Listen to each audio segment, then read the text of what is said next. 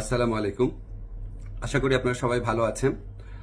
আপনারা সবাই জানেন যে সাংবাদিক সম্পাদক মাহমুদুর রহমান সাহেব উনি একটি মামলায় জামিন চাইতে গিয়েছিলেন, তারপরে উনি কারাগারে আছেন।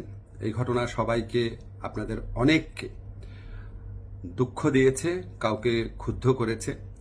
আপনাদের কাছে মনে হয়েছে যে এরকম একটা ছাত্র জনতার বিপ্লবের পর আসা সরকার, এই সরকারের সময় কেন ফ্যাসিবাদ বিরোধী লড়াইয়ের অন্যতম অগ্রনায়ক মাহমুদুর রহমান ভাই কেন এখানে কারাগারে আছেন। তা আমি আপনাদেরকে একটু ব্যাখ্যা করি বিষয়টা। প্রথমেই বলে রাখি, আমি ওনাকে খুবই শ্রদ্ধা করি। এদেশে শেখ হাসিনার যে ফ্যাসিবাদী শাসন ছিল, সেটার বিরুদ্ধে যে লড়াইটা আমাদের, সেটার সূচনা করেছিলেন, বুদ্ধিবৃত্তিকভাবে তিনি সূচনা করেছিলেন, এবং এই জন্য ওনাকে প্রচণ্ড নিপীড়ন, নির্যাতন ভোগ করতে হয়েছে, যেটার সাথে কোনো কিছুর তুলনা হয় না আর কি। তো উনাকে একটা অবিশ্বাস্য একটা চরম ভুয়া মামলায় ওনাকে ফ্যাসিস্ট শেখ হাসিনা সরকার ওনাকে শাস্তি দিয়েছিল। ট্রায়াল ইন অ্যাবসেন্সিয়া হয়েছিল, ওনারা বর্তমানে শাস্তি দিয়েছিল। অবিশ্বাস্য মামলা একটা, এবং এই মামলার মেরিট নিয়েও প্রশ্ন তোলা যেতে পারে, কিন্তু বিচার কার্যটা সম্পন্ন হয়ে গিয়েছিল এবং ওনাকে শাস্তি দেওয়া অলরেডি হয়ে গিয়েছিল। তো উনি যখন এখানে আপনার বাংলাদেশে আসলেন, আসার আগে কিছুদিন আগে ওনার স্ত্রী, আমাদের শ্রদ্ধেয় ভাবি, ওনার বিরুদ্ধেও একটা অত্যন্ত অগ্রহণযোগ্য ভিত্তিহীন মামলা করা হয়েছিল। তো উনি সেই মামলাতে সাজা স্থগিত করে আপিল করার জন্য আবেদন করেছিলেন। এই আবেদন কিন্তু আইন মন্ত্রণালয় অথবা আমার কাছে আসে না, এটা যায় স্বরাষ্ট্র মন্ত্রণালয়ের কাছে। স্বরাষ্ট্র মন্ত্রণালয় যখন আমাদের অভিমত চেয়েছে, আমরা ইতিবাচকভাবে এটা দেখার জন্য জোর সুপারিশ করেছি। আমাদের এই সুপারিশের ভিত্তিতে মাহমুদুর রহমান ভাইয়ের স্ত্রীর সাজা স্থগিত করে ওনাকে আপিল করার সুযোগ দেওয়া হয়। মাহমুদুর রহমান ভাই যেই মামলায় শাস্তি পেয়ে আজকে জেলে আছেন, এক্স্যাক্টলি এই মামলায় আরেকজন বরেন্দ্র সাংবাদিক শফিক রহমান, ওনারও সাজা হয়েছিল। উনি ঠিক একইভাবে মাহমুদুর রহমান সাহেবের যে স্ত্রী আছে, উনি যেমন আবেদন করেছিলেন যে সাজা স্থগিত রেখে আপিল করার জন্য, উনি একইভাবে সেই আবেদন করেছিলেন। আমাদের আইন মন্ত্রণালয়ের মতামতের ভিত্তিতে শফিক রহমান সাহেবেরও সাজা স্থগিত করে ওনাকে মুক্ত মানুষ হিসাবে আপিল করার জন্য যে ওনার যে আবেদনটা ছিল সেটা অ্যাপ্রুভ করা হয়। মাহমুদুর রহমান ভাই এটা করেন নাই। আপনারা সবাই জানেন ওনার অত্যন্ত স্ট্রং আত্মসম্মান বোধ, উনি খুব দৃঢ়চেতা মানুষ, খুবই দৃঢ়চেতা মানুষ, প্রচণ্ড দেশপ্রেমিক মানুষ। হয়তো উনার এই সমস্ত ব্যক্তিত্বের কারণে উনি মনে করেছেন উনি কোনো সাজা স্থগিতের আবেদন করবেন না, বা হয়তো যে কোনো কারণে হোক, আমি জানি না, উনি সাজা স্থগিত রেখে মুক্ত মানুষ হিসাবে আপিল করার কোনো আবেদন করেন নাই।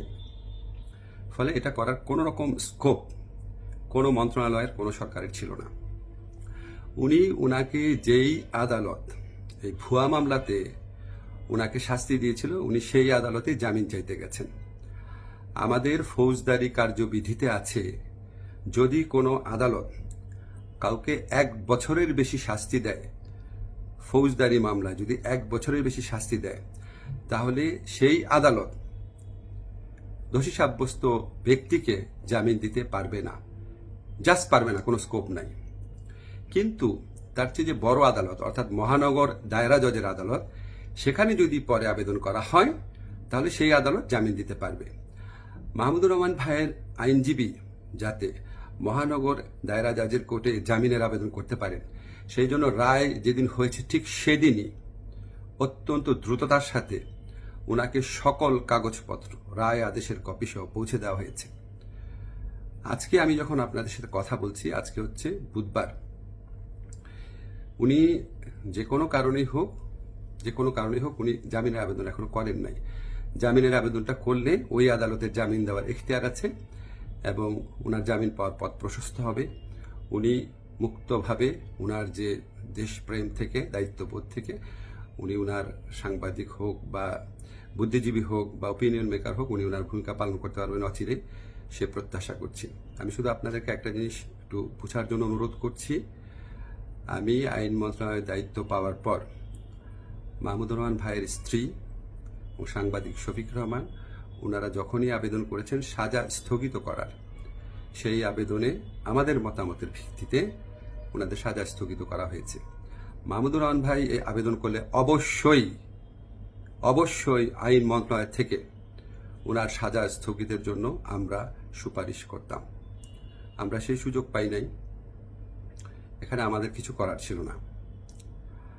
আমরা মনে করি যে মাহমুদুর রহমান ভাই উনি যত তাড়াতাড়ি, আমরা বলতে আমি নিজের কথা বলছি, যত তাড়াতাড়ি মুক্ত হয়ে আমাদের এই দেশ করার যুদ্ধে ওনার জায়গা থেকে নেতৃত্ব দিবেন, তত এটা দেশের জন্য মঙ্গলজনক।